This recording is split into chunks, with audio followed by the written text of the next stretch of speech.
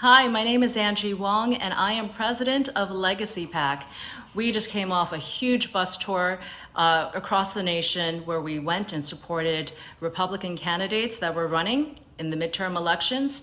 We're going to do it again in Georgia for Herschel Walker during his runoff. And of course, we're mobilizing for the big presidential run in 2024. We would love your support and your donations to help us hold the line for the America First agenda and to support the next generation of conservative leaders. So please go to legacy-pac.org. That's legacy-pac.org. Thank you so much for your continued support.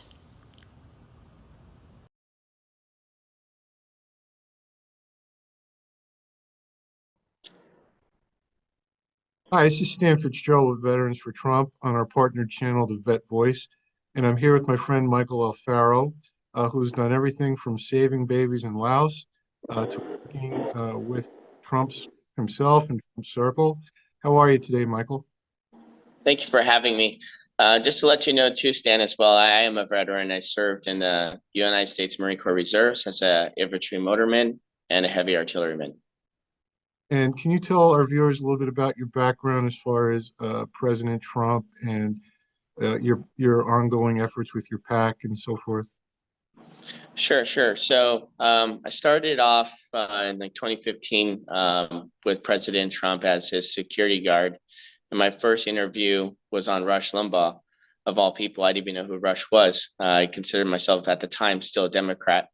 And I was in charge of communicating the information from the campaign to the Secret Service team to exit the protesters from the Black Lives Matter as they made their debut that night in Chicago. And the rally was shut down due to violent protesters. From there, the team recognized how I was able to communicate efficiently with people. And they asked me to be part of the finance team, and I had no idea what political finance was. So I jumped into the fire, and Mike Pence told me and several other colleagues that we're going to be on the finance team for 2024. And long story made short, I ended up raising millions of dollars and became his finance co-chairman from the state of Illinois. And now I opened up my own lobbying company, which we're taking off in growth. And my company is called Capitol Hill and Friends, and we've been very successful. Just recently started my second company with the PAC. It's called Patriot Freedom PAC. We went out and we focused on Alaska, and we supported Sarah Palin as a congressional candidate, and we also supported Kelly Tshibaka, who's running as a U.S. Senate. And unfortunately, we came up short due to ranked choice voting. However, with $400,000 that we raised and we put the PAC together in less than 4 weeks, we were able to move the needle. Kelly Tshibaka and Sarah Palin lost by 6,000 votes. And as the election was called that night, after the ranked choice voting, we lost by 2,000 votes. So we moved the margin 4,000 votes in such a small period of time. We knocked on 50,000 doors, had some creative ideas by helping out with name recognition. We bought 20,000 vote for Kelly Tshibaka lightsabers, swords, and the AP ran it. Every media outlet in the entire state ran it. We hosted a very small rally, which we had about 180 to 200 people show up. Of course, the press said that there was only 60 people there. But we were made fun of even up to Jimmy Kimmel. Jimmy Kimmel, as opening act, made fun of our PAC. So they knew right away when we stepped in, even as our first rodeo at running the PAC. They knew we were a threat, and they called all the leftists to disrupt us and discredit us, and it didn't work because we were able to move the needle. Moving forward, Sarah Palin, myself, the president, Michael Flynn, we're all going to meet this upcoming week. We're going to talk about challenging ranked choice voting in Alaska, because those 3 delegates even if President Trump wins the election, or any Republican wins in Alaska, those 3 delegates will not go to the president. It will go to the Democrats. So we have to challenge ranked choice voting. The people don't want it. The majority of the people voted as their first choice for Kelly Tshibaka. And with down choice voting, meaning your second vote, third choice, or fourth choice as who do you want to be your senator, because the Democrats and Kelly Tshibaka, Lisa Murkowski had more votes from the second choice, third choice, and fourth choice. They ended up coming out the victors in that election. So we're going to challenge that. We're going to raise about $1 million. We already have the legislation already whipped up and written and ironed out, and we're going to introduce it to hopefully pass at the state level into law. Ranked choice voting is going to be funded by George Soros and the political elite ruling class, and not just from the Democrats, but also from the Murdoch family. The Murdoch family is pumping in millions of dollars from Fox News, and they are wanting ranked choice voting in every state in America. And so what we're seeing is ranked choice voting is already now established in several places. We're seeing it in Nevada. We're seeing it on the ballot in Connecticut. We're seeing it already in Virginia. California, certain counties has it.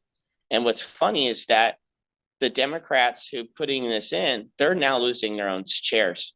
And so a big political upset in the Democrat Party was the mayor of Oakland, who advocated for ranked choice voting, and he got taken out by someone who finished third place. Another Democrat who came in and brought that upset. Her name is Tao. She's an immigrant from Laos. She's a Hmong immigrant, and she's actually a refugee, but she came out there and totally said the Democratic Party is broken. Look at the crime, look at everything that's happening to our homeless population, and that's the only 2 issues that she campaigned on. She ended up finishing as a first choice numbers in second place, but since she had more second place and third choice votes, she was able to beat the incumbent who put in ranked choice voting. So I'm hoping that even Democrats will start not liking what their own medicine and what they push out. But ranked choice voting is terrible, and I know I'm kind of going off tangent here. And the reason why it's terrible is because politicians will not fight from a position of loyalty and from a position of value. They're only going to vote what's going to keep them in power. So if the media directs a narrative to, be pro, Green New Deal, to drill overseas, to continue to funnel money into endless wars without accountability, and if the general public were not politically inclined as much as the rest of us or the viewers on the show, and they start shifting towards that legislation because the lobbyists and the political elite ruling classes and media elites, they're all pushing that agenda. And guess what? That politician's going to vote yes or no in favor for that idea, just because if he doesn't, they'll lose instantly in ranked choice voting. So we're not going to be a republic that's going to come from a position of values, but of a position of you're voting for someone who can close deals and who can compromise. And the left will say this is the great thing, because we're no longer going to have extremism from the right or the left. We're going to have right in the middle. But this is the exact opposite. Where we have right, and we have a position of right in the middle, at most times, that means that they have no spine, they have no backbone. They're just a jellyfish. They're just there to keep them in power, keep their friends in power, and keep big government in power. So it's detrimental to our republic. It's detrimental to our democracy. And ranked choice voting has to be the #1 issue, more important than even the presidential race. because it's long term. It's long term, and we will never get our republic back. Yes, that's definitely something that we as a country have to have our pundits across. I'm sorry? Oh. Go ahead, you're good. Ranked choice voting is definitely something that we all have to get together on and push back on. And we have a problem with open primaries in some states as well, as far as the primary cycle. But one of the things that you and I talked about recently was outreach. And one of your field of expertise was Asian outreach, which came up here in Georgia. And I thought you had some very good plans and background on how to implement them. And I was hoping you could explain to our viewers a little bit about your outreach plans. Yeah. Sorry, I'm just trying to get this That's okay. stabilized. I can't that phone because the laptop keeps speaking. Um, so yes, that the Asian outreach. I myself I'm very involved in the Asian community, both home and abroad. As a lobbyist, I do lobby for American business owners in Southeast Asia, in Vietnam, Cambodia, Laos, Korea, Taiwan, and my main focus is to kick out the CCP so that way they can keep their sovereignty. China is not going to continue to infiltrate and dominate, Taiwan Island, dominate, the South China Sea. So I go back and forth to Taiwan and most of these Asian countries at least 2, 3, 4 times a year, depending on the project. Getting ready to head back to Vietnam and also in Vietnam and Thailand for within the next 2 months, to working on some trade issues and helping the Democrats find their spine to make sure that the CCP is out of the region. But and not just on a professional side, but on the humanitarian side, I've built hospitals, I've built schools, I've been involved with human trafficking missions, working with NGOs, working with the World Health Organization, also with the UN, and saving people's lives in natural disasters, flood relief, um, humanitarian rescue. So I have my foot in the community and also in the Buddhist community as well. During the president's when the president was in the White House, President Trump, during Lunar New Year, which is we call like Asian New Year, we would bring all the Asian leaders that are pro-Trump, and we would bring them to the White House and acknowledge them for being tough on China, tough on, the CCP, and we really truly embraced it. But here's the thing: the number one demographic voting vote is the Asian American vote.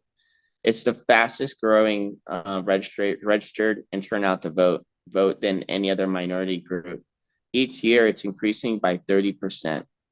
And so we predict at the RNC that in the next 10 years, not 20 years, 10 years, the Asian American vote will be the most powerful vote, even more than the Latino vote and even the Black vote. Because even though they're smaller in number, more Asian Americans are participating in our elections than ever before. And it's increasing, like I said, each and every single year. What was fascinating about President Trump, and it was the first time where we saw the Chinese American vote not only increase, but for the first time ever, we saw the American Vietnamese vote pass up the Asian Chinese American vote. And not only by vote, but also in large numbers of donations. I was part of the team that, and myself and John Pence, Mike Pence's nephew, we were able to drive in at times $1 to $2 million a week alone just from the American Vietnamese community, because their concerns about China being a bully in Vietnam, it resonated. Every time President Trump spoke about those issues, it resonated. And so we were to drive in millions of dollars within days. Not just like planning, it was just within days. Whenever President Trump would come close to these Asian American communities. And we not only just go there to get money, but we're also there to embrace and help the community. When the riots happen and Black Lives Matter, moved in and demolished the businesses. They targeted a lot of the Asian American businesses, the jewelry, the gold shops, um, the pawn shops that they own. A lot of the Asian American businesses are blue collar, they're non-union, small mom pop businesses, and they they target them and they beat them down. And there was a story I was working on with the pregnant lady in Philadelphia. She was pregnant and she saw from from her cameras from her home that the home was raided, and they jumped in, and she jumped in her car and go to her shop and said, please don't steal anymore. I mean, this is my true shop. um, yeah, well, prosecuting you guys, just trying to plead for these guys. And what did they do? They pushed her down in the street and they kicked her in the back while she was pregnant. She was due the next day. And so she had complications, and she almost lost that child. So we broke that story out in the Asian community and people were outraged. But unfortunately, that was just the start of it. The Asian hate crime, according to Voices of America, has increased from 300 to 1,000% in many communities. And so now many Asian American entrepreneurs has to take measures in their own hands by being concealed, by getting a permit to, for firearms training. They're opening up courses throughout in the very bluest districts and the very bluest states. And a lot of entrepreneurs are even donating 150 to $500,000 for drones, because the Asian Americans that are walking in their communities, they're not safe, and they're being bullied, they're being targeted for COVID, and they're being blamed. And these patriots, these Asian Americans hate China. That's why they're here. They love our country. And it's crazy to think that with the budget of shorting, and obviously with the attorney generals across America not prosecuting these hate crimes, but letting them literally get in and get out of jail, it puts a real hardship on the Asian American community. So they're taking action. They're fighting in their legislators, the local chairs, and they're buying drones, and they're advocating for being tougher on the law. So we're not just a political team that just goes in there, and but we also maintain those relationships. And I think that's critical. Even as an employee of President Trump, I get frustrated at times, because we need to bring in not just an Asian face, but someone that really loves and touches and who marinates with the community, both home and abroad. And so one of the things that Herschel Walker can do right now is talk about those Asian hate crimes. The Asian hate crimes, Asian communities, and like in Chinatown, and if you look at Atlanta, they're crying for one thing: drones. They want drones overhead to make sure that they're safe when they go shop at the local markets. They have a tradition called Chinese market in back at home, and they love the farmers market because it resonates with them back at home. And they love to have pick fresh fruit. They love to buy things that are non-incorporated. They love supporting local shops, and this is what they delight in. And they're hardworking people, and they don't feel safe under Warlock. They don't feel safe at all. They made their plead, their cries. So one of the issues we can talk about is how can we solve Asian hate crime, a hate crime against Asian Americans, and that's by being tougher on laws. One of the things that President Trump did with the White House Asian Initiative program, he passed a law under his executive, not law, but he signed in as an executive order that if you are charged with an Asian hate crime and it relates to COVID, you're not allowed to post bail. And so the Asian community really saw that as a hope moving forward, because no one can get away with bullying them anymore.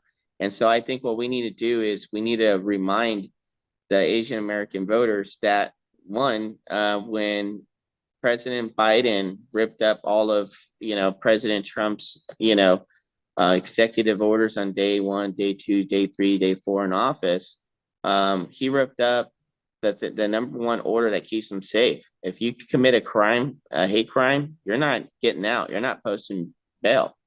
So I think we have to talk about the Asian hate crime in the community, and we have to show how we have to convince these voters how are we going to stop it, not just say we're going to be tough, but what are we going to do to bring it back. So Asian hate crime is number one issue. Second number issue with the Asian American vote right now is the fact that we have affirmative action. What we're seeing play out is we're seeing Harvard University is being sued at the Supreme Court by Asian American students because they can qualify, who are born here, who work hard here through their family values, and they can't even get into the schools due to affirmative action. And it's not allowing the best of the best to get into the schools. And they're fed up. And so they're spending millions of dollars, they're organizing, they're campaigning, they're watching exactly what politicians are involved in these Ivy League schools. And unfortunately, it's a lot of it is the Democrat leaders and even the crony leaders from the establishments from the Republican side. And so they're taking that fight because they feel that and they believe that if you're qualified to get the job, you should get the job. It shouldn't be on race, and it shouldn't be on if you're LGBTQ. It shouldn't be on any of that. It should be on one thing only: if you're qualified to do the job, if you're qualified to get in to school. So the Asian Americans are tackling those two biggest issues right now is Asian hate crime and affirmative action. Another issue that they're really afraid is the rise of China. As Ukraine war continues to play out, China feels emboldened. The problem with the Ukraine war, and this is just my experience working with the Ukrainian parliament as lobbyists and helping them arrange meetings with members of Congress. And I personally do support the war, make it clear on supporting Ukrainians. And I say this because Ukraine, and I do agree, there needs to be better transparency. There needs to be more, more accountability as far as how's the money allocated, where it's going to hands. But the problem with how this relates to the Asian American vote is they're watching Ukraine and they're watching Russia getting away. And the Russia keeps on advancing every single week because the Biden administration simply will not release the weapons in their hands. They'll cut big blank checks for endless money, which is terrible. But at the end of the day, it's going to take the executive office, not members of Congress, not members of the Senate, not the State Department, not the DOJ. It takes the executive office to sign off on anything that's American technology to get the weapons in the hands of these Ukrainians so they can take the fight to Russia. Now, because they know that Biden is a weak commander in chief and they know he's a weak leader, they know that everyone's hands is tied unless the bottom line is if Biden is going to get serious and get real and just sign and release the weapons that they need so they can fight, then Russia will continue to advance. And what this does is this boldens China. So what we're seeing is China is moving in corner by corner, military grade equipment on the border of China and facing towards Taiwan. And we project that Taiwan will be invaded within the next 2 years. Now, the thing about Taiwan is a unique island. It by miracle design. If you've ever been to Taiwan, you'll look out in the waves.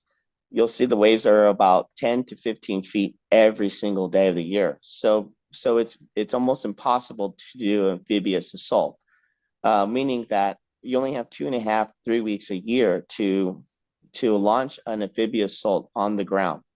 And because of the waves, because it's impossible, because all the troops on the ground will get seasick when they land on the shore.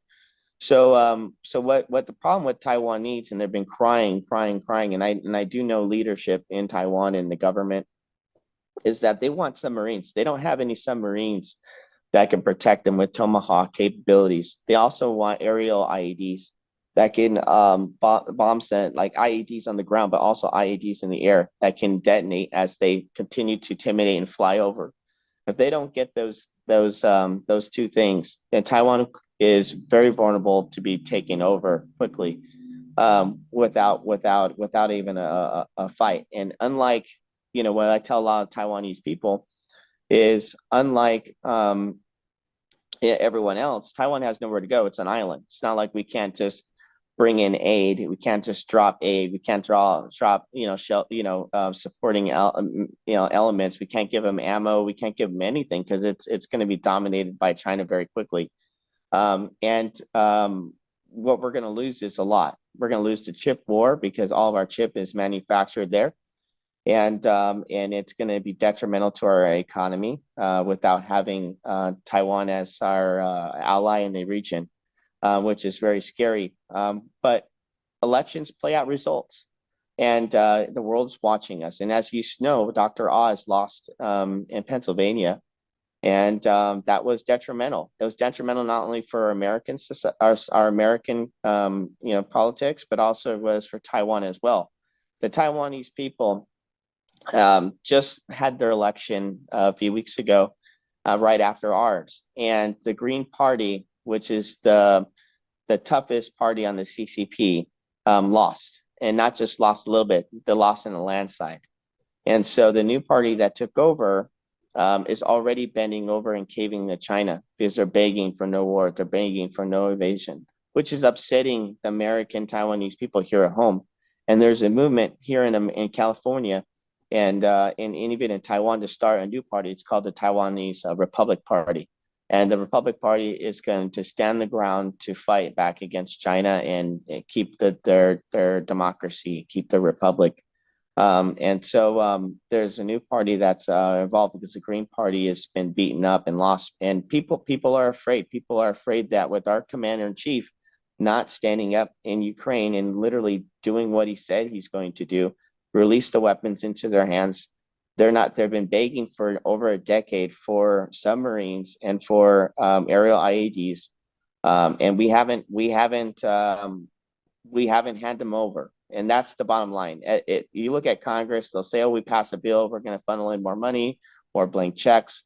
That doesn't matter. It doesn't matter how much money you have in the world. If you don't have those submarine capabilities, you don't have aerial IEDs, you cannot stop China. And so that's what the leadership is talking about here in America and the Asian community. They're very afraid of Taiwan being invaded. The fourth issue, what China is doing is they're creating a China speed rail. So for transportation, and they talk about tourism, but really what it is, and the only true leader that spoke really hard against China's speed rail and brought this to light on the global scale was Secretary Mike Pompeo. Mike Pompeo is a hero to the Asian American community because he not only listened to them, but he also exploited other issues that they were unaware about. So the China speed rail has been a project in the making for the past 10 years. And when the China speed rail is made, it goes through Laos, Cambodia, a little bit in Vietnam, and throughout all in Thailand as well, all throughout the Southeast Asia Sea. Now they say, hey, don't worry about it. We'll build it for you, and then you can pay us back. But they're building this high speed rail knowing that these smaller, poorer countries can never pay it back. And when they built it, they also made an agreement that they can own 10 miles to the right and 10 miles to the left of the speed rail, meaning that they won't get their sovereignty. And all they're doing is they're taking in their speed rail and they're flooding in, all their immigrations. So when we talk up to the Asian American voters, more the Southeast Asian voters, those that are knowledgeable about their country, or those who are immigrants from their country, we can relate to those messages about what's going on with our border. How immigrants are coming in, they're flooding in our border, they're taking our jobs, they're creating crime, they're not being fair, they're not respecting the American language, they're putting up their foreign language, they're not putting up our language. Those messages can easily I lost you. The China speed rail. China speed rail is also a fourth issue that's important to the Asian American vote. Well, Michael, as always, this was very educational for our viewers. I'm sure they're not hearing this on mainstream media, so I appreciate you taking the time to fill us all in on these very important global affairs. And thank you again, my friend, and I'm sure I'll catch you out on the campaign trail soon. All right, all the best. Oh, and before you sign off, how do people follow you on social media? Oh, I just have a Facebook page. It's just Michael Berry Alfaro. I'm not on Twitter and I'm not on LinkedIn or any of the social media. As you know, it's because my primary job is raising money for the president. I try to keep a low profile. But if you Google me, you'll see all the articles that liberal left, gets very upset about, and try to do everything they can to destroy anyone who's who's fighting for America. So. Well, thank you for your service to our country as a veteran and for serving President Trump. We appreciate you, and we'll talk to you again soon. All the best. Thank you. You're welcome.